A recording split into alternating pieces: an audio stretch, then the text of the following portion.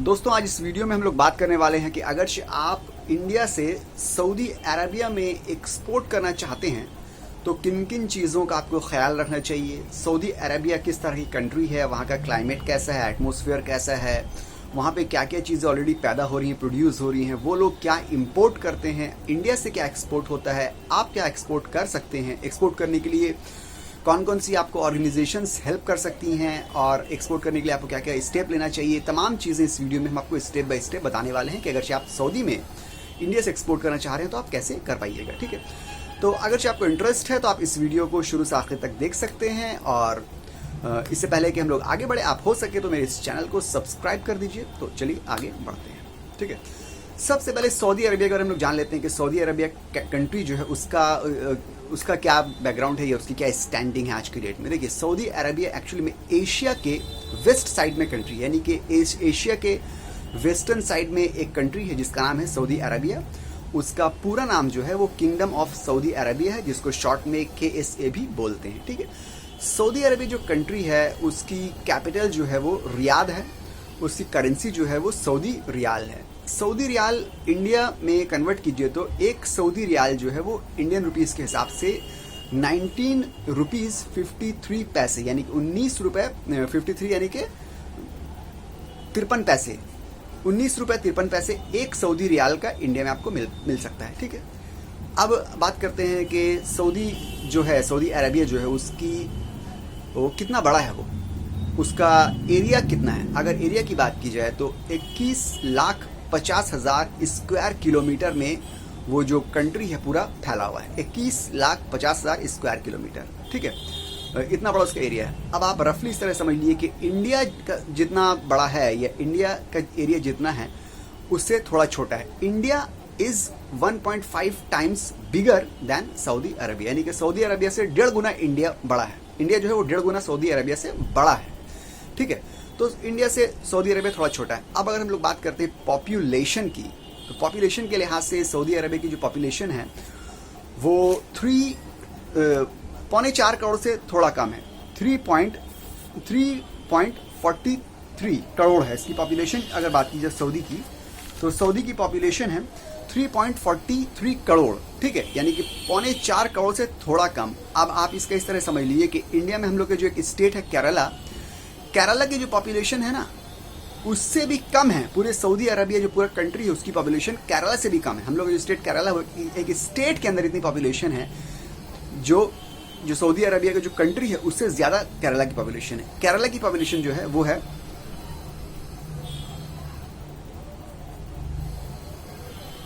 3.47 करोड़, यानी कि 3.47 करोड़ केरला की पॉपुलेशन है। 3.43 करोड़ जो है वो पूरी कंट्री सऊदी अरबिया की पॉपुलेशन। तो पॉपुलेशन के लिहाज से सऊदी अरबिया में आबादी बहुत कम है, एरिया के लिहाज से बहुत बड़ा है, एक बड़ी कंट्री है वो। ठीक है, और अब हम लोग बात करते हैं कि अगर बात की जाए कि GDP की बात की जाए या ये बात की जाए कि वो कितनी रिच कंट्री है, तो अगर आप देखिएगा कि टॉप 15 रिचेस्ट कंट्री की लिस्ट निकालिएगा तो आपको ये पता चलेगा कि सऊदी अरबिया जो है 11वें नंबर पे आती है। Saudi Arabia is the 11th richest country in the world. पूरी दुनिया में 11 नंबर की अमीर कंट्री जो है सऊदी अरबिया है। तो कि इससे आप अंदाज़ा लगा लीजिए कि वो एक काफ़ी रिच कंट्री है, काफ़ी अमीर कंट्री है। आबादी वहाँ पे बहुत कम है, एरिया वहाँ पे बहुत ज़्यादा है। ठीक है, लोग वहाँ पे बहुत कम है।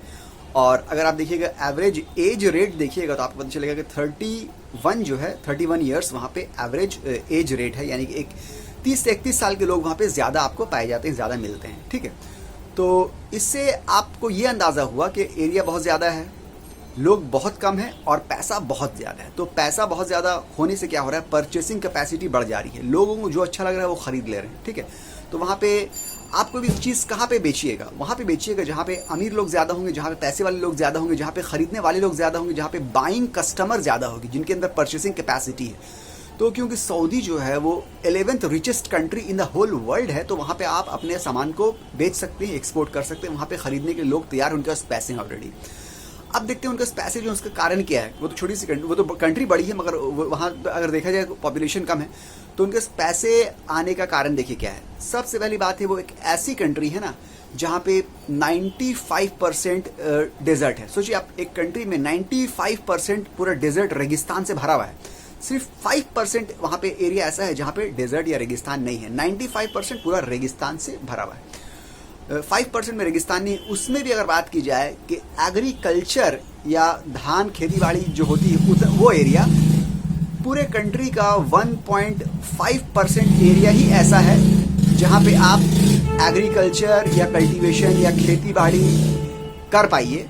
पूरे कंट्री का सिर्फ 1.5% यानी कि 1.5% एरिया सिर्फ कल्टीवेशन के काबिल है। बाकी पूरे कंट्री में आप कहीं भी कल्टीवेशन नहीं कर पाते हैं, इनका कर पाइए, खेती बाड़ी नहीं कर पाइए। कुछ आप सोचिएगा कुछ धान उगा दे या कुछ सब्जी उगा दे या फ्रूट उगा दे या कोई ट्री लगा दे तो पॉसिबल नहीं है। सिर्फ 1.5% एरिया ही जो है एग्रीकल्चर वहाँ पे आप कर पाइएगा। तो जिस कंट्री में और 1.5% में एग्रीकल्चर कर पाइएगा तो उसको करने के लिए एग्रीकल्चर 1.5 एरिया ही में अगर आप करना चाहते हैं तो उसमें भी जो पानी लगेगा आपको वो कंट्री का 80% पानी वहाँ लग जाएगा, क्योंकि पानी भी बहुत कम है इस कंट्री में। सऊदी अरब में पानी भी बहुत कम है। आप सोचिए पानी कम है, फूड स्टफ नहीं ना, कुछ आप ग्रो नहीं कर पाइए क्योंकि वहाँ पर मिट्टी ऐसी नहीं ना, ग्रो करने के लिए जो पानी लगेगा वो पानी नहीं ना, कुछ भी वहाँ पे नहीं ना, मगर सिर्फ वहाँ पे पैसे हैं। और पैसे कैसे आए? पैसे आए तेल की वजह से, क्योंकि सऊदी अरबिया में क्या है देखिए, ज़मीन के नीचे पूरा जो है ना मिनरल माइंस बिछे हुए हैं। ज़मीन आप जहाँ खोदिएगा वहाँ पे आपको पानी नहीं मिलेगा, वहाँ पे आपको आमतौर से तो डेजर्ट है, रेगिस्तान है, ज़्यादा खोदिएगा तो हो सकता है आपको मिनरल के माइंस मिल जाए। और पूरे ज़मीन में तेल बिछा हुआ है। और सऊदी अरबिया यही वजह है कि दुनिया का सबसे बड़ा लार्जेस्ट ऑयल एक्सपोर्टर है। अगर आप देखिएगा कि दुनिया का सबसे ज़्यादा लार्जेस्ट ऑयल एक्सपोर्टर कौन है तो पता चलेगा कि Saudi Arabia is the largest oil exporter in the world, क्योंकि उसके कंट्री में जो है ना सिर्फ तेल ही तेल है, पानी भी नहीं ना, पूरी ज़मीन के नीचे तेल है। और क्योंकि आसपास समंदर है, लेफ्ट साइड में भी सी है उसके, ठीक है, रेड सी है, राइट साइड में उसके सी है, अरेबियन गल्फ है जो आगे बढ़ के अरेबियन ओशन बन जाती है, अरेबियन सी बन जाती है। तो सी दोनों तरफ, इस वजह से उसको सी फूड मिल जाता है, यानी कि आपको सी फिश वगैरह वहाँ पे ऑलरेडी अवेलेबल है क्योंकि दोनों तरफ सी है। समंदर का पानी आदमी पी नहीं सकता है क्योंकि उसमें नमक इतना ज़्यादा होता है ना, स्लाइन बहुत ज़्यादा होती है, इसलिए उसको पानी का आदमी पी नहीं सकता। तो वो लोग क्या करते हैं, समंदर के पानी को रिफाइन कर देते हैं, यानी कि उससे नमक निकाल देते हैं, उसको प्योर बना के रिफाइन करने के बाद उसको इस्तेमाल करते हैं पीने वगैरह में। तो ये प्रोसेस जो है ना बहुत कॉस्टली पड़ जाता है। एक समंदर के पानी को निकालना, उसको पूरा रिफाइन करना, इतना ज़्यादा वो समझ लीजिए कि कॉस्टली प्रोसेस होता है कि पानी बहुत महंगा वहाँ पड़ता है। तो पानी की वहाँ बहुत ज़्यादा परेशानी है। और अगर कोई सोचे कि ज़मीन के अंदर से खोद के पानी निकालेंगे तो हर जगह ज़मीन के अंदर खोद के पानी आपको नहीं मिलेगा। ज़्यादातर आप खोदेगा तो तेल मिल जाएगा या आपको मिनरल माइंस मिल जाएंगे, कहीं कहीं पानी भी आपको ज़मीन के अंदर से भी मिल जाता है, मगर आपको देखना पड़ेगा, बहुत ज़्यादा खोदना पड़ेगा और उसमें बहुत ज़्यादा डीप डाउन करना पड़ता है, बहुत पैसे लग जाते हैं ज़मीन के अंदर से अगर पानी निकालने के बारे में सोचा जाए तो। पहले तो एक रिसर्च करना पड़ेगा कहाँ पे पानी है, कहाँ पे पानी नहीं है, कहाँ पे तेल है, क्या है। तो अल्टीमेटली इतना समझ लीजिए कि उस कंट्री में पानी बिल्कुल ना के बराबर है। यही वजह है कि आप अगर चाहे तो पानी भी यहाँ से एक्सपोर्ट कर सकते हैं। बहुत से लोग पैकेज्ड मिनरल वाटर जो है वो इंडिया से और दूसरी कंट्री से ऑलरेडी सऊदी अरबिया में एक्सपोर्ट कर रहे हैं, वो लोग को इंपोर्ट करना पड़ता है क्योंकि पानी जो है ज़रूरी चीज़ है, अहम चीज़ है। पानी बगैर आदमी जी नहीं सकता है, तेल जितना भी हो तेल आदमी पी नहीं पाएगा।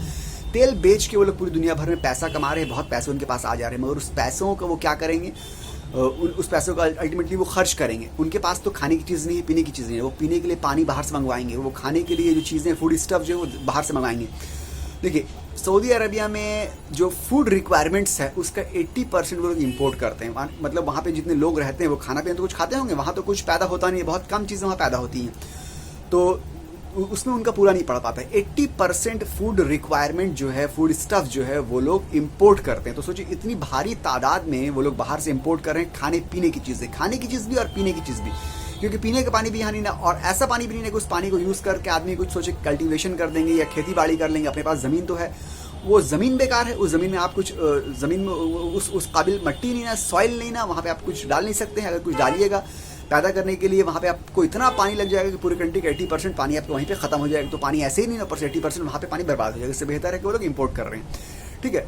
तो अब ये तो छोटी बड़ी बात थी। अगर टेम्परेचर की बात की जाए, दिन में बहुत ज़्यादा गर्मी रहती है, मतलब स्कॉर्चिंग समर, स्कॉर्चिंग हॉट रहता है, और शाम होते होते टेम्परेचर ड्रॉप कर जाता है और रात होते होते हल्की हल्की सी सर्दी हो जाती है। ये इस टाइप का वहाँ पे टेम्परेचर रहता है, ठीक है, सऊदी में।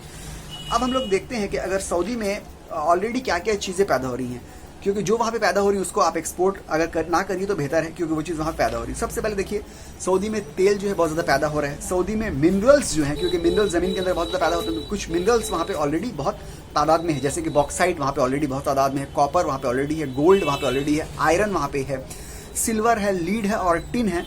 आमतौर से ये मिनरल्स ऑलरेडी सऊदी में बहुत ज़्यादा पैदा हो रहे हैं।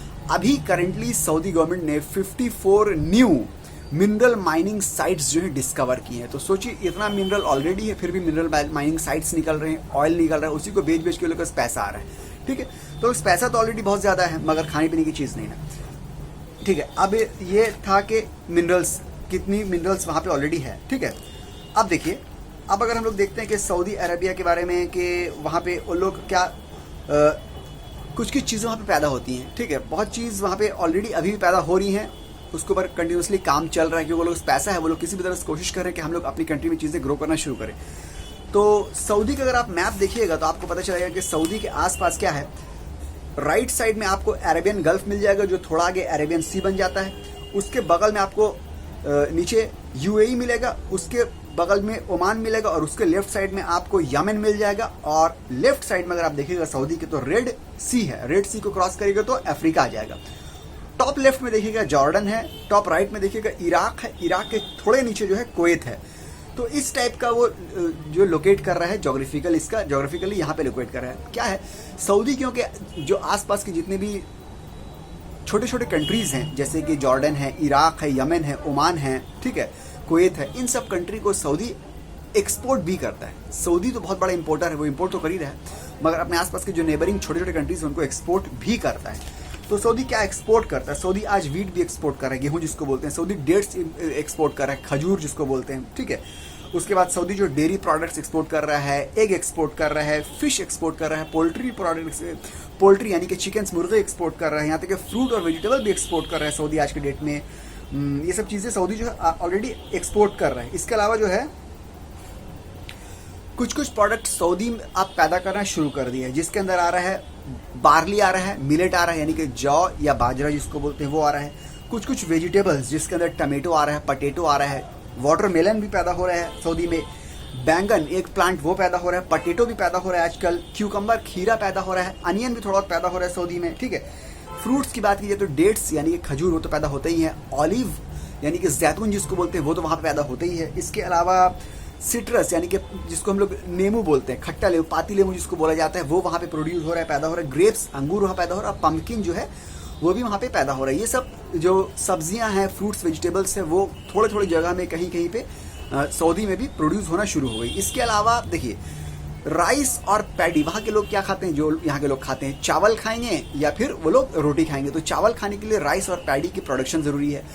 साल 2019 में पूरी कंट्री में सऊदी अरबिया में चावल जो पैदा हुआ है, प्रोड्यूस जो हुआ है, उसको बोला जाता है कि 0 टन भी पैदा नहीं हुआ। 1 टन होता है 1000 किलो का, यानी कि 1000 किलो का चावल भी पूरे कंट्री में पैदा नहीं हो पाया। यानी कि चावल और पैडी प्रोड्यूस वहाँ पे ना के बराबर ही हो रहा है, बहुत ही कम हो रहा है। यही वजह है कि वो लोग को चावल और पैडी जो है वो राइस जो है वो इम्पोर्ट करना पड़ा है। India is the largest rice exporter. India से चावल, मतलब सऊदी जो है वो सबसे ज़्यादा चावल अगर कहीं से इंपोर्ट करता है तो इंडिया से इंपोर्ट करता है। ठीक है, इंडिया से बहुत चावल जाता है। सऊदी के पर्सपेक्टिव से देखिए, पूरी दुनिया में सऊदी चावल जो इंपोर्ट करता है तो इंडिया से ही इंपोर्ट करता है सबसे ज़्यादा। तो आप अगर इंडिया से एक्सपोर्ट करना चाह रहे हैं सऊदी में तो आप राइस एक्सपोर्ट कर सकते हैं। उसके अलावा वीट जो है, वीट भी बहुत ज़्यादा जो है सऊदी में एक्सपोर्ट यहाँ से होता है। ठीक है, इसके अलावा देखिए मीट की अगर बात की जाए, जो वहाँ पे जो बहुत ज़्यादा जो पैसे वाले हैं वो लोग प्रीफर करते हैं कैमल का, क्या बोलते हैं उसको, यंग कैमल का गोश्त खाना वो लोग पसंद करते हैं, क्योंकि वो बहुत ज़्यादा महंगा होता है। वो ऑर्डिनरी पीपल जो है वहाँ के वो उसको अफोर्ड नहीं कर पाएंगे। जो बहुत मतलब किंग्स लोग हैं, जो बहुत अमीर लोग हैं वहाँ पे, वो कैमल के, यंग कैमल के मीट को लोग खाते हैं। मगर जो मॉडरेट पीपल हैं, जो कंसिडरेबली रिच हैं, जो थोड़ा कम रिच है, मिडिल क्लास है, वो आमतौर से वहाँ पे लाम का गोश्त खाते हैं, यानी कि शिप जिसको बोलते हैं। लाम मतलब होता है शिप के बच्चे को लाम बोलते हैं। शिप का या लाम का गोश्त वो लोग वो इस्तेमाल करते हैं। इसके अलावा बीफ वहाँ पे बहुत कम इस्तेमाल होता है, रेयरली इस्तेमाल होता है। पोल्ट्री वहाँ पे बहुत ज़्यादा इस्तेमाल होती है, लाम का गोश्त सबसे ज़्यादा, उसके बाद पोल्ट्री। कॉमन पीपल यही 2 चीज़ खाते हैं। उसके अलावा बीफ बहुत कम, और पॉर्क जो है, सुअर का गोश्त वहाँ पे बिल्कुल बैन है। ठीक है, मीट के बारे में कहा जाता है कि सबसे ज़्यादा मीट जो सऊदी को एक्सपोर्ट करता है वो है ब्राज़ील। ब्राज़ील से सऊदी 71% मीट लेता है। फिर उसमें लैम भी आता है, शिप भी आता है, और पोल्ट्री या चिकन भी आ जाता है। मतलब सऊदी अरबिया से सबसे ज़्यादा जो अगर मीट कहीं से वो लोग इंपोर्ट करते हैं तो ब्राज़ील से ही ज़्यादा इंपोर्ट करते हैं। इसके अलावा सऊदी अरबिया इंडिया से पाकिस्तान से, रशिया से, यूक्रेन से, ब्राज़ील से, ऑस्ट्रेलिया से, कनाडा से, ये सब कंट्रीज से अपने कंट्री में अक्सर माल इंपोर्ट करते रहते हैं। ठीक है, सऊदी के बारे में देखिए, सबसे अगर देखा जाए कि अब अनियन की बात की जाए कि अनियन वो लोग कहाँ से लेते हैं, तो सऊदी अरबिया अनियन सबसे ज़्यादा इजिप्ट से लेता है। इजिप्ट से वो तकरीबन सऊदी अरबिया जो है 57% अनियन इजिप्ट से इंपोर्ट कर लेता है, बाकी 20% नेबरिंग कंट्री यमन है, यमन से ले लेता है, और 20% अनियन जो है वो इंडिया से मंगवाता है। ठीक है, तो अनियन का ये हो गया।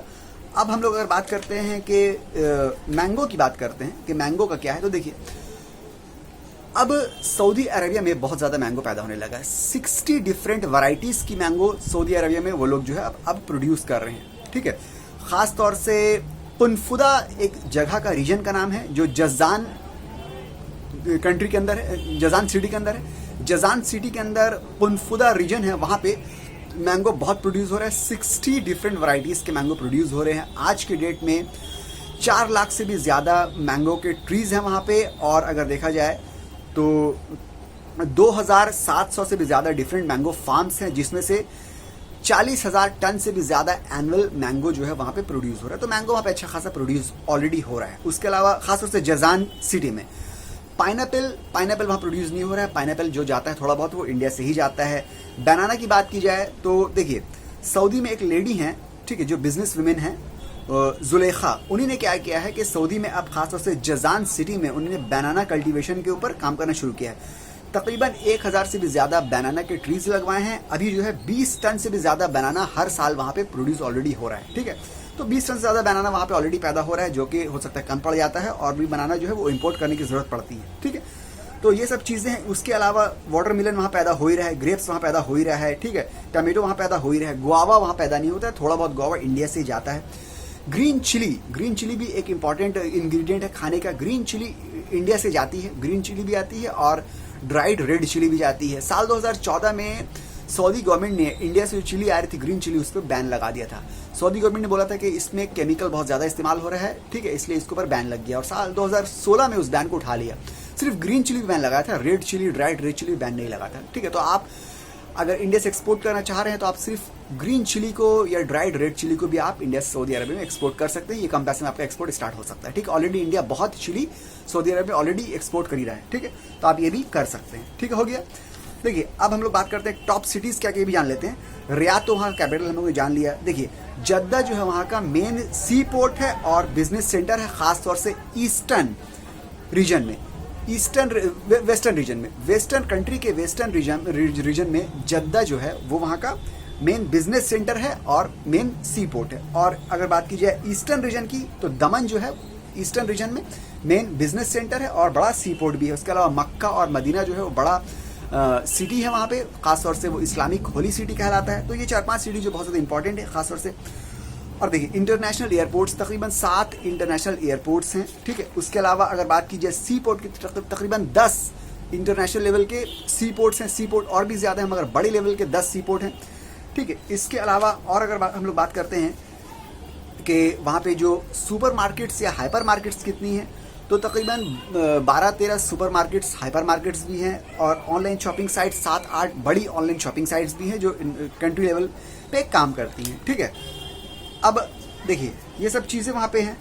बेसिक बात जानने की जो है वो क्या है, बेसिक बात जानने की क्या है कि आप क्या चीज़ एक्सपोर्ट कर सकते हैं। ठीक है, देखिए, सबसे ज़्यादा एक्सपोर्ट जो चीज़ होती है ऑलरेडी इंडिया से, वो है ऑयल एक्सपोर्ट हो रहा है, सीरियल एक्सपोर्ट हो रहा है, मशीनरी एक्सपोर्ट हो रहा है, आयरन एंड स्टील उसके प्रोडक्ट्स एक्सपोर्ट हो रहे हैं। आयरन स्टील वहाँ ही पैदा हो रहा है, मगर आयरन स्टील के प्रोडक्ट्स एक्सपोर्ट हो रहे हैं, ऑर्गेनिक केमिकल एक्सपोर्ट हो रहा है, मीट एक्सपोर्ट हो रहा है, व्हीकल्स एक्सपोर्ट हो रहा है, ऑटोमोबाइल व्हीकल्स वहाँ भी प्रोड्यूस हो रहा है, मगर यहाँ से भी एक्सपोर्ट हो रहा है। सेरेमिक प्रोडक्ट्स एक्सपोर्ट हो रहे हैं। सेरेमिक के मामले में पूरे गल्फ में सऊदी अरबिया नंबर 1 है, फिर भी सेरेमिक भी इंडिया से एक्सपोर्ट हो रहा है। सेरेमिक प्रोडक्ट्स मतलब टाइल्स होता है, टाइल्स वगैरह भी वहाँ से इंडिया से ज़्यादा एक्सपोर्ट हो रहे हैं। इलेक्ट्रॉनिक इक्विपमेंट्स इंडिया से एक्सपोर्ट हो रहे हैं। क्लोथिंग खासतौर से इंडिया से बहुत ज़्यादा एक्सपोर्ट हो रहा है। इसके अलावा अगर बात की जाए इंडिया सऊदी अरबिया से क्या इंपोर्ट कर रहा है, इंडिया ऑयल इंपोर्ट कर रहा है, इंडिया ऑर्गेनिक केमिकल इंपोर्ट कर रहा है, इंडिया प्लास्टिक इंपोर्ट कर रहा है, क्योंकि प्लास्टिक के मामले में भी सऊदी थोड़ा आगे है। इसके अलावा फर्टिलाइजर भी वो इंपोर्ट कर रहा है। इसके अलावा जम प्रेशियस मेटल्स इंपोर्ट कर रहा है, मेटल स्क्रैप्स इंपोर्ट कर रहा है। इसके अलावा क्राफ्ट और स्पेस क्राफ्ट जो है वो भी इंडिया जो सऊदी से इंपोर्ट कर रहा है। इनऑर्गेनिक केमिकल भी इंपोर्ट कर रहा है, इसके अलावा एल्यूमिनियम इंपोर्ट कर रहा है, कॉपर इंपोर्ट कर रहा है और अदर केमिकल गुड्स भी वो इंडिया जो सऊदी से इंपोर्ट कर रहा है। अगर हम लोग डेटा देखें इंडिया कितना इंपोर्ट कर रहा है, सऊदी कितना एक्सपोर्ट कर रहा है, तो देखिए डेटा के हिसाब से आज की डेट में इंडिया जो है ना 6.34 बिलियन यूएस डॉलर का माल एक्सपोर्ट कर रहा है सऊदी को और इंपोर्ट कर रहा है 20.32 बिलियन यूएस डॉलर का माल इंडिया इंपोर्ट कर रहा है। ये वैल्यू है, इस वैल्यू पे आप मत जाइए। एक्सपोर्ट कर रहा है India 6.32 billion US dollar, import कर रहा है 20.39 बिलियन, यानी कि आपको पता चला कि इंडिया इंपोर्ट ज़्यादा कर रहा है। मगर ये वैल्यू है, मतलब ये कि इसमें तेल की वैल्यू भी शामिल है। अगर तो ऑयल को हटा दिया जाए, अगर ऑयल की वैल्यू को हटा दिया जाए तो इंडिया बहुत सारी चीज़ें सिर्फ एक्सपोर्ट कर रहा है सऊदी में, क्योंकि इंडिया तेल बहुत ज़्यादा सऊदी से इंपोर्ट करता है। इसी मारे ओवरऑल वैल्यू जो है इंडिया की इंपोर्ट में बढ़ गई, क्योंकि तेल के अमाउंट को भी ऐड किया गया है ना। अगर तेल के अमाउंट को हटा दिया जाए, दूसरी चीज़ों की बात की जाए, तो इंडिया से सारी चीज़ें बाहर जो है सऊदी में आमतौर से एक्सपोर्ट होती है। तेल की वजह से आज हम लोग ये कह सकते हैं कि हम लोग ज़्यादा माल सऊदी से इंपोर्ट कर रहे हैं, ज़्यादा वैल्यू का माल इंपोर्ट कर रहे हैं। बाईलैटरल ट्रेड की बात की जाए तो 27.5 बिलियन यूएस डॉलर का बाईलैटरल ट्रेड इंडिया और सऊदी के दरमियान हुआ था, इंपोर्ट एक्सपोर्ट मिला के, साल 2019 में। ठीक है, साल 2018 में 27 बिलियन यूएस डॉलर का ट्रेड, तो अच्छा खासा ट्रेड चल रहा है। ज़्यादा हम लोग अगर देखा जाए तो इंपोर्ट ही कर रहे हैं, क्योंकि तेल हम लोग बहुत ज़्यादा इंपोर्ट करते हैं सऊदी से। तो अगर आप सऊदी में एक्सपोर्ट करना चाह रहे हैं तो देखिए, सऊदी में सेरामिक ऑलरेडी बहुत ज़्यादा बनता है, सीमेंट वहाँ पे ऑलरेडी बनता है, स्टील वहाँ पे ऑलरेडी पाया जाता है, प्लास्टिक वहाँ पे ऑलरेडी मैन्युफैक्चर होती है, प्लास्टिक प्रोडक्ट्स बनते हैं, ऑटोमोबाइल में ऑलरेडी आगे है, एयरक्राफ्ट वहाँ पे बनते ही हैं, शिप बिल्डिंग वहाँ पे ऑलरेडी होती है। ठीक है, तो ये सब चीज़ें ऑलरेडी वहाँ पे ऑलरेडी होती ही हैं। ठीक है, इसके अलावा कारपेट के मामले में सऊदी बहुत आगे है। अगर बोला जाए कारपेट के मामले में पायोनियर है पूरी दुनिया में, सऊदी तो गलत नहीं होगा। फर्स्ट कारपेट कंपनी जो है, इस नाम से कंपनी है, वो सऊदी में है। ठीक है, carpets.com जो वेबसाइट है, उसके जो ओनर हैं या उसके जो ये हैं वो भी सऊदी ही में है। तो आप अंदाजा लगाइए कि बिल्कुल स्टार्टिंग लेवल से सऊदी कारपेट पूरी दुनिया में एक्सपोर्ट हो रहे हैं। आज की डेट में कहा जाता है 70 डिफरेंट कंट्रीज में सऊदी से कारपेट एक्सपोर्ट हो रहे हैं। तो आप कारपेट अगर एक्सपोर्ट करना चाह रहे हैं सऊदी से, तो शायद आप नहीं कीजिए या आप ट्राई कर भी सकते हैं। ठीक है, कारपेट के मामले में सऊदी ऑलरेडी बहुत ज़्यादा आगे है, वो पूरी दुनिया को कारपेट ऑलरेडी एक्सपोर्ट कर रहे हैं। ठीक है, तो बनाना बता दिया, गुआवा बता दिया हमने आपको, पाइनएप्पल बता दिया हमने आपको, मैंगो बता दिया हमने आपको। ठीक है, इसके अलावा और क्या है फूड स्टफ के बारे में?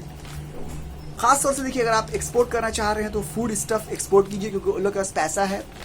फूड स्टफ के अलावा क्लोथिंग आप एक्सपोर्ट कर सकते हैं, क्लोथिंग भी वहाँ पे बहुत ज़्यादा एक्सपोर्ट ऑलरेडी होता ही है, वहाँ के लोग पहनते हैं। उसके अलावा डेकोरेशन की चीज़ें आप एक्सपोर्ट कर सकते हैं।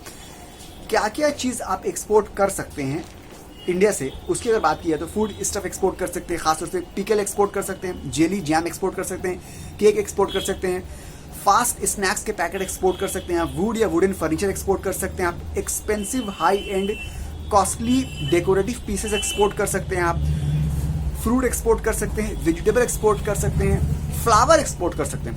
वो लोग की जो ये होती है इवेंट्स जो होते हैं, ओकेजन्स जो होते हैं, फंक्शंस जो होते हैं, लोग उसमें फ्लावर का डेकोरेशन बहुत ज़्यादा करते हैं।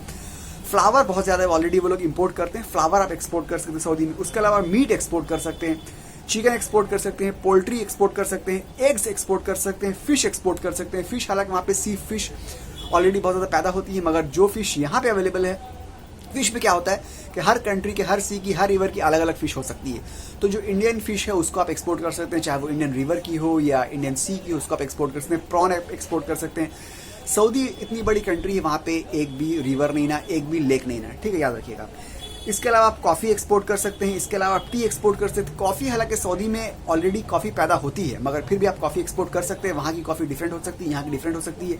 टी आप एक्सपोर्ट कर सकते हैं। इसके अलावा मिल्क और डेयरी प्रोडक्ट आप एक्सपोर्ट कर सकते हैं। इसके अलावा ड्राई फ्रूट्स आप एक्सपोर्ट कर सकते हैं, जैसे काजू हुआ वो एक्सपोर्ट कर सकते हैं आप, आमंड हुआ वो एक्सपोर्ट कर सकते हैं आप, पिस्ता हुआ वो एक्सपोर्ट कर सकते हैं। ये सब चीज़ें आप एक्सपोर्ट कर ही सकते हैं। ठीक है, पैकेज्ड फूड आप एक्सपोर्ट कर सकते हैं, राइस एक्सपोर्ट कर सकते हैं, वीट एक्सपोर्ट कर सकते हैं, वीट का आटा आप एक्सपोर्ट कर सकते हैं पैक किया हुआ, आप बेसन एक्सपोर्ट कर सकते हैं। इसके अलावा कश्मीर से सैफरन एक्सपोर्ट कर सकते हैं। इसके अलावा स्पाइसेस यानी कि मसाले आप एक्सपोर्ट कर सकते हैं। ड्राइड रेड चिली एक्सपोर्ट कर सकते हैं आप। इसके अलावा कैडम, हम जिसको इलायची बोलते हैं, वो आप एक्सपोर्ट कर सकते हैं। लौंग आप एक्सपोर्ट कर सकते हैं। इसके अलावा ब्लैक पेपर यानी काली मिर्च या गोल मिर्च, उसको एक्सपोर्ट कर सकते हैं। हनी एक्सपोर्ट कर सकते हैं। सोयाबीन एक्सपोर्ट कर सकते हैं। गारमेंट्स एक्सपोर्ट कर सकते हैं। खासतौर से अबाया जो होता है, जिसको बुर्का बोलते हैं, वो सऊदी गवर्नमेंट की तरफ से कंपलसरी है। जो भी लेडी वहाँ पे जितनी भी लेडी हैं, चाहे वो कोई भी मजहब की हो, चाहे वो कितनी भी एज की हो, सबको अबाया कंपलसरी पहनना है। तो आप इंडिया से अबाया बना के वो वहाँ पे आप एक्सपोर्ट कर सकते हैं, ठीक है। और भी डिफरेंट गारमेंट्स इंडिया से बहुत ज़्यादा एक्सपोर्ट होते हैं, आप गारमेंट भी एक्सपोर्ट कर सकते हैं। इसका ज्वेलरी, आर्टिफिशियल ज्वेलरी एक्सपोर्ट कर सकते हैं, जो कि बहुत ज़्यादा कीमत में सऊदी में बिकते हैं। इंडिया से आप आर्टिफिशियल ज्वेलरी वहाँ पे एक्सपोर्ट कर सकते हैं, वहाँ पे बहुत ज़्यादा कीमत में आर्टिफिशियल ज्वेलरी सेल होती है। इसके अलावा आप जो है आइवरी की ज्वेलरी, यानी कि हड्डी के ज्वेलरी इसको बोलते हैं, सादे सादे हड्डी की तरह ज्वेलरी होती है, खासतौर से यूपी में पैदा होते हैं, आप यूपी में बनते हैं। आइवरी के ज्वेलरी को, आइवरी के प्रोडक्ट्स को, वो भी आप एक्सपोर्ट कर सकते हैं, ठीक है। ये सब चीज़ें आप ऑलरेडी जो है इंडिया से एक्सपोर्ट कर सकते हैं सऊदी अरबिया में। अब देखिए, क्योंकि सऊदी अरबिया में खाने पीने की चीज़ें एकदम नहीं बनती है, बहुत कम पैदा होती है, तो सऊदी गवर्नमेंट ने क्या किया है, इम्पोर्टेशन टैक्स जो होता है, इम्पोर्ट ड्यूटी जो होता है ना, वो कम कर दी। देखिए इम्पोर्ट ड्यूटी क्यों लगाते हैं? इम्पोर्ट ड्यूटी इसलिए लगाते हैं कि हम लोग के कंट्री में जो चीज़ बन रही है, अगर आप उसको इम्पोर्ट करिएगा तो हम लोग कंट्री की इंडस्ट्री को सफ़र करना पड़ेगा, इसी वजह से इम्पोर्ट ड्यूटी लगाते हैं। मगर सऊदी अरबिया में खाने पीने की चीज़ें तो आमतौर से पैदा नहीं हो रही हैं, यही वजह है कि खाने पीने की चीज़ों में सऊदी गवर्नमेंट ने इम्पोर्ट ड्यूटी बिल्कुल नहीं लगाई। अब हम बता रहे हैं कि इम्पोर्ट ड्यूटी सऊदी गवर्नमेंट कितने ले रही है, किस पे ले रही है, और क्या इम्पोर्ट ड्यूटी का क्या मामला है, ठीक है। इम्पोर्ट ड्यूटी की अगर बात की जाए तो देखिए, कस्टम ड्यूटी या इम्पोर्ट ड्यूटी सऊदी गवर्नमेंट ने राइस पे नहीं लगाई है, टी पे नहीं लगाई है, अनरोस्टेड कॉफ़ी पे नहीं लगाई है, कैडमम यानी कि इलायची पे नहीं लगाई है, बार्ली पे नहीं लगाई है, कॉर्न या मेज़ यानी कि मकई पे नहीं लगाई है, लाइव स्टॉक यानी कि जिंदा जो जानवर हैं 4 पैर के, चाहे वो लाम हो या गोट हो, ठीक है, या काव हो या बफेलो हो, इसमें भी जो सऊदी गवर्नमेंट की तरफ से इम्पोर्ट ड्यूटी नहीं है।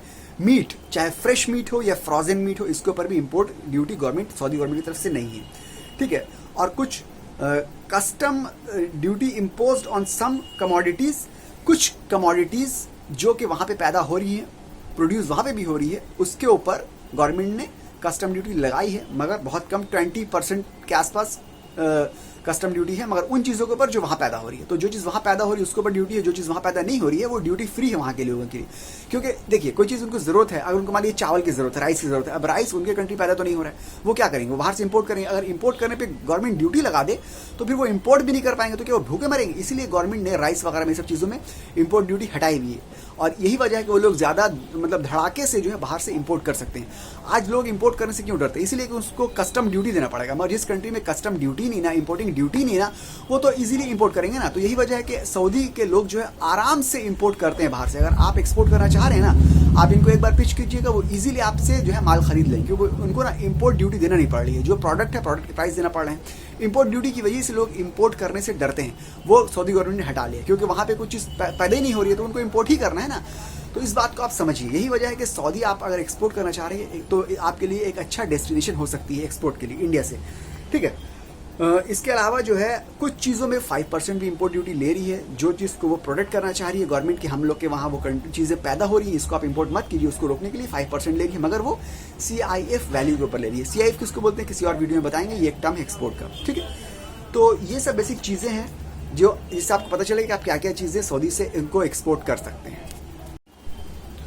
तो दोस्तों, अब आप सब बात समझ गए। अगर आपको इंडिया से एक्सपोर्ट करना है सऊदी अरबिया में, तो आप कैसे कर सकते हैं, क्या प्रोडक्ट चूज़ कर सकते हैं, ठीक है, किस तरह से एक्सपोर्ट कर सकते हैं। देखिए, प्रोडक्ट आपको क्या चूज़ करना है, इस वीडियो में हमने हर बात बता दी है कि सऊदी अरबिया में कौन कौन सी चीज़ ऑलरेडी अवेलेबल है, कौन सी चीज़ वो लोग इंपोर्ट करते हैं, कौन सी इंडिया से वो लोग इंपोर्ट करते हैं, हर चीज़ बता दी है। तो आपको अपना एक प्रोडक्ट जो है, 1 या 2 प्रोडक्ट डिसाइड कर लेना है जो आप इंडिया से सऊदी अरबिया में एक्सपोर्ट करना चाह रहे हैं। देखिए, सऊदी अरबिया एक ऐसी कंट्री है जो 80% अपना फूड रिक्वायरमेंट जो है वो बाहर से इंपोर्ट करती है। तो अगर आप कोई भी फूड स्टफ सऊदी में एक्सपोर्ट करना चाहे तो बहुत ही आसानी से वो लोग जो है आपका प्रोडक्ट जो है या माल जो है वो लोग खरीद लेंगे।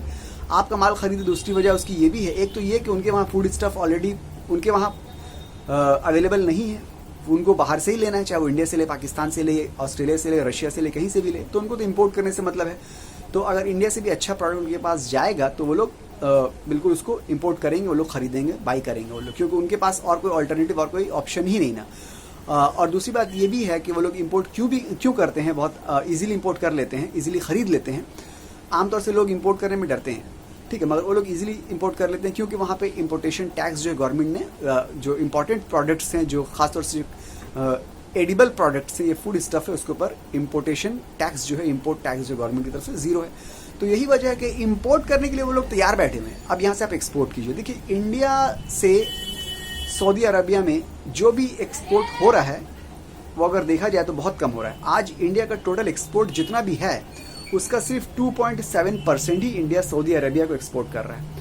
तो इंडियन एक्सपोर्टर को ज़रूरत है सऊदी अरबिया में ध्यान दें, क्योंकि सऊदी अरबिया में ऑलरेडी बायर बैठे हुए हैं जो दूसरी कंट्री से माल बहुत खरीद रहे हैं, थोड़ा बहुत इंडिया से भी खरीद रहे हैं। इंडिया को और अपना माल पुश करने की ज़रूरत है सऊदी अरबिया में, ठीक है। वहाँ पे इंपोर्ट ड्यूटी नहीं ना, इसी वजह से वो लोग इजीली माल आपका खरीद लेंगे। और क्योंकि उन लोगों के पास बहुत पैसे हैं, चाहे तेल की वजह से हो, चाहे मिनरल माइंस की वजह से हो, ठीक है, या ऑलिव यानी कि जैतून वहाँ बहुत पैदा होता है, चाहे जैतून ऑलिव की वजह से हो, या डेट्स यानी खजूर वहाँ पैदा होता है उसकी वजह से हो, या कारपेट की वजह से हो, या सेरेमिक की वजह से हो, या शिप बिल्डिंग की वजह से हो, या ऑटोमोबाइल की वजह से हो, कोई भी उनकी इंडस्ट्री की वजह से उनके पास पैसे हैं। हमको उसके ऊपर नहीं आना है, हमको ये देखना है कि वो बहुत ही रिच कंट्री है, पूरी दुनिया में 11th रिचेस्ट कंट्री में आता है सऊदी अरबिया का नाम। वो लोग खरीदने के लिए तैयार बैठे हैं, तो जाके उनके पास अपना माल बेचिए। यहाँ से इंडिया से माल पुश कीजिए, वहाँ टारगेट लगाइए सऊदी अरबिया को माल हमको किसी तरह एक्सपोर्ट करना है, ठीक है। क्या क्या एक्सपोर्ट करना है वो हमने पूरा डिस्कस किया। आप क्या एक्सपोर्ट कर सकते हैं, खाने पीने की कोई भी चीज़ हो आप उसको पुश कीजिए, बहुत जल्दी वो लोग खरीद लेंगे, ठीक है। क्वालिटी बेस्ट होना चाहिए, क्योंकि उनके पास पैसा ज़्यादा है। आप उनके पास घटिया क्वालिटी का माल दीजिएगा तो वो रिजेक्ट कर देंगे, वो नहीं खरीदेंगे। वो बेस्ट क्वालिटी का माल पूरी दुनिया से इंपोर्ट करते हैं, वो सिर्फ इंडिया से इंपोर्ट नहीं करते हैं, वो रशिया से, यूक्रेन से, ब्राज़ील से, पूरी दुनिया से, ऑस्ट्रेलिया से, कनाडा से, हर जगह से माल इंपोर्ट कर रहे हैं, क्योंकि उनके पास पैसा है, ठीक है। उनके पास ऐसा मामला नहीं है कि वो कॉम्प्रोमाइज़ कर ले क्वालिटी में, वो क्वालिटी में कॉम्प्रोमाइज़ नहीं करेंगे। उनके पास बेस्ट क्वालिटी का माल आप एक्सपोर्ट कीजिए और मुंह मांगी कीमत आप लेके चले जाइए उनके पास से, ये उनका फंड है, क्योंकि उस पॉकेट में पैसा है बहुत ज़्यादा, ठीक है। तो अब देखिए, आप अगर एक्सपोर्ट करना चाह रहे हैं सऊदी अरबिया को तो क्या आपको करना होगा। देखिए प्रोडक्ट चूज़ कर लिया आपने, कंट्री आपकी टारगेट सऊदी अरबिया है। थर्ड स्टेप जो आपका ये है कि आपको बायर चाहिए। तो देखिए बायर के लिए यहाँ पे डिस्क्रिप्शन नीचे हम एक आपको अपनी वीडियो का लिंक दे दे रहे हैं, जिस वीडियो में हमने 20 डिफरेंट वेज बताए हैं कि how to find buyers, how to find international buyers या इंपोर्टर्स। आप उस वीडियो को देखिए, वहाँ पे 20 डिफरेंट वेज हमने डिस्कस किए, जिसके जरिए आप किसी भी कंट्री में किसी भी रिलेटेड प्रोडक्ट के बायर को आप बहुत ही इजीली ढूंढ सकते हैं। उस वीडियो को देखने के बाद आप दोबारा कभी नहीं पूछिएगा कि हाउ टू गेट बायर्स, ठीक है। उसके अलावा उस वीडियो के नीचे एक और हम लिंक दे रहे हैं, वो जो है Indian embassy in Saudi Arabia, Riyadh में है जो, उसमें वो लोग ने एक पेज पब्लिश किया जहाँ पे इंडियन कंपनीज को उन लोगों ने लिस्ट किया। तकरीबन 70-80 कंपनी है जो कि इंडिया की वहाँ पे सेटअप किया हुआ है। आप उनसे कांटेक्ट कर सकते हैं, वो भी आपको कुछ हेल्प कर सकते हैं कि किस तरह से वहाँ पे बिजनेस सेटअप किया जाए या किस तरह से वहाँ पे क्या किया जाए। अगर आपके प्रोडक्ट रिलेटेड वो कंपनीज हैं तो आप उनको बोलिए कि वो शायद आपका माल ले ले, या वो आपका माल वहाँ पे डिस्ट्रीब्यूट करने में हेल्प कर दे, या किसी भी तरह वो आपको हेल्प कर सकते हैं, क्योंकि वो इंडियन कंपनी है, ऑलरेडी सऊदी में वो ऑपरेट कर रही है। इसमें कुछ बड़ी बड़ी मल्टीनेशनल कंपनीज है जिनको आप कांटेक्ट नहीं कीजिएगा, क्योंकि वो आपको एंटरटेन नहीं करेंगे। कुछ कंपेरेटिवली छोटी कंपनी है, और अगर आपके रिलेटेड छोटी कंपनियाँ हैं तो उसको आप कॉन्टैक्ट करिए, हो सकता है वो आपको हेल्प कर दे। उसके बाद उस लिंक के बाद नीचे थर्ड लिंक हम दे रहे हैं, जहाँ पे आपको हम 550 से भी ज़्यादा सऊदी अरबिया के इंपोर्टर्स या बायर्स की लिस्ट प्रोवाइड कर रहे हैं, जो कि खासतौर से फूड प्रोडक्ट जो है इंपोर्ट करते हैं पूरी दुनिया भर से। वो फूड इंपोर्टर्स हैं, सऊदी अरबिया के बड़े बड़े फूड इंपोर्टर्स हैं। तो वो 500-550 जो इंपोर्टर्स हैं, बायर्स हैं सऊदी अरबिया के, जो फूड इंपोर्ट कर रहे हैं, अगर आप उनको ही पिच करिए, टारगेट कीजिए, तो आपका माल वही लोग खरीद लेंगे। तो यहाँ पे बायर की प्रॉब्लम आपकी पूरी सॉल्व हो गई, कोई प्रॉब्लम बायर की नहीं रही। अब आपको क्या करना है, आपको बायर के लिस्ट डेटा मिल गया, बायर को पिच करना है, कांटेक्ट करना है। उससे पहले आपको अपना बिजनेस प्रोफाइल रेडी कर लेना है। बिजनेस प्रोफाइल में क्या आएगा, आपका बेसिक इनिशियल डॉक्यूमेंटेशन रेडी कर लीजिए। कंपनी बनाना पड़ेगी आपको, ठीक है। एक कंपनी बना लीजिए, चाहे प्रोप्राइटरशिप या पार्टनरशिप या प्राइवेट लिमिटेड, या जो भी कंपनी बनानी है कंपनी सेटअप कर लीजिए। उस कंपनी के ऊपर आपको करंट अकाउंट खोलना पड़ेगा, उसके बाद इंपोर्ट एक्सपोर्ट कोड लेना पड़ेगा, फिर जीएसटी नंबर लेना पड़ेगा। फिर अगर चाहे फूड प्रोडक्ट एक्सपोर्ट करना चाह रहे हैं तो आपको RCMC लेना पड़ेगा एक्सपोर्ट प्रमोशन काउंसिल से।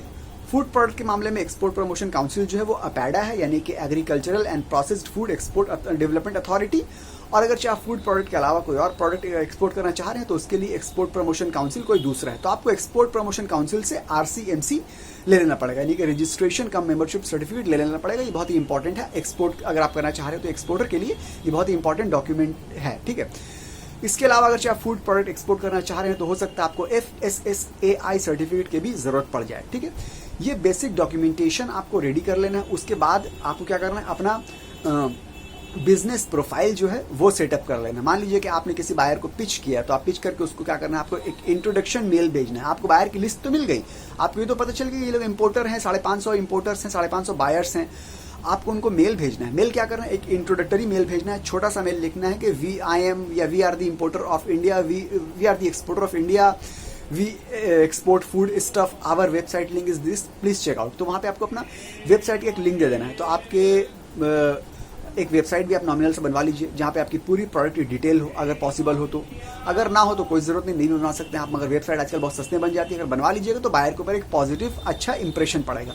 उसके अलावा आप एक फेसबुक पे पेज बना लीजिए, इसके अलावा आप ट्विटर पे पेज बना लीजिए, उसके अलावा आप लिंक्डइन में आइए, मतलब सोशल प्रेजेंस अपना गूगल का बिजनेस पेज बना लीजिए। सोशल प्रेजेंस आजकल बहुत ज़रूरी है, क्योंकि जिस तरह से आप बायर या इंपोर्टर के ऊपर ट्रस्ट नहीं करते हैं, उसी तरह बायर इंपोर्टर जो है किसी एक्सपोर्टर, नए एक्सपोर्टर के ऊपर कैसे ट्रस्ट करेगा, वो भी चेक करेगा गूगल में, ऑनलाइन में। अगर वहाँ पे आपका प्रेजेंस रहा, अवेलेबिलिटी रही, तो उसके ऊपर जो है ट्रस्ट बढ़ जाएगा। अगर नहीं रहा तो वो थोड़ा हिचकिचाएगा कि ये पता नहीं कैसा एक्सपोर्टर है, कहीं फ्रॉड तो नहीं कर लेगा, कहीं माल तो खराब नहीं दे देगा, क्या है क्या नहीं है। तो आपको आज के डेट में ऑनलाइन प्रेजेंस आपकी बहुत ज़रूरी है। तो ऑनलाइन आप प्रेजेंस अपने अवेलेबल करिए, और उसके अलावा वेबसाइट एक छोटी सी बनवा लीजिए। अगर आपको लॉन्ग टर्म एक्सपोर्ट करना है तो ठीक है, अगर आपको लॉन्ग टर्म एक्सपोर्ट नहीं करना है तो आप बायर को पिच करिए।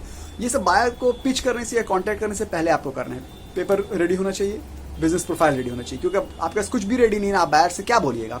अगर वो मान लीजिए आपने मेल किया, वो राजी होने लगा या आपसे उससे बात करना चाहिए, तो आप उसे कॉल करके क्या बोलिएगा कि देखिए अभी हम एक्सपोर्ट करने के बारे में सोच रहे हैं, मेरा प्रोडक्ट भी पता नहीं हमको क्या है, फिर मेरे पास वेबसाइट भी नहीं ना, या मेरे पास पेपर भी हम बनवाना पड़ेगा। तो ऐसा नहीं चलता है ना। आपको अपना जो बेसिक, जो इनिशियल जो पेपर वर्क है, डॉक्यूमेंटेशन है, वो रेडी रखना है। अपना बिजनेस प्रोफाइल जो है, बिजनेस सेटअप जो है, उसको रेडी रख लेना है। उसके बाद ही आपको बायर को कांटेक्ट करना है। डेटा आपके पास आ सकता है, बायर के डेटा मिल सकते हैं। नीचे डिस्क्रिप्शन में 550 से ज़्यादा बायर के डेटा आपको हमने ऑलरेडी दिए हुए हैं, ठीक है। तो इस तरह से आपको आगे बढ़ना है। बायर मिल जाता है आपको, बायर मिलने के बाद आप एक्साइटेड मत हो जाइए। अगर बायर मिलता है, कॉन्टैक्ट करने के बाद बायर आपके प्रोडक्ट को खरीदने के लिए राजी हो जाता है और आपको परचेज ऑर्डर दे देता है, तो आप एक्साइटेड मत होइए। आप उस परचेज ऑर्डर को वेरीफाई करवाइए। वेरीफाई करवाने के बाद आप देखिए कि वो जेन्युइन है कि नहीं है, और उसके बाद आप बायर का ट्रैक रिकॉर्ड भी चेक कीजिए कि बायर कहीं फ्रॉड तो नहीं है, बायर जेन्युइन है कि नहीं, वो आपको एक्सपोर्ट करने का पैसे तो दे देगा। ये सब भी आप चेक करिए। उसके बाद अगर आप सेटिस्फाइड हो जाइए तो ही आप उसको माल जो है एक्सपोर्ट कीजिए। अब बायर को कैसे वेरीफाई करते हैं, कैसे चेक करते हैं, उसके ऊपर हम कोई और वीडियो किसी और दिन बना देंगे, ठीक है। तो ये था A to Z। अगर आप इंडिया से सऊदी अरबिया में एक्सपोर्ट करना चाह रहे हैं तो तकरीबन तमाम बातें हमने कवर कर दी, बता दी। अगर फिर भी कोई सवाल आपका है, कोई ऐसी बात है जो हमने कवर नहीं की है, आप जानना चाह रहे हैं, तो आप नीचे कमेंट बॉक्स में पूछ सकते हैं, उसका जवाब देने की पूरी कोशिश करेंगे, ठीक है। मिलते हैं अगले वीडियो में। आप हो सके तो इस चैनल को सब्सक्राइब कर दीजिए, हो सके तो इस वीडियो को लाइक कर दीजिए। मिलते हैं अगले वीडियो में, जब तक के लिए गुड बाय।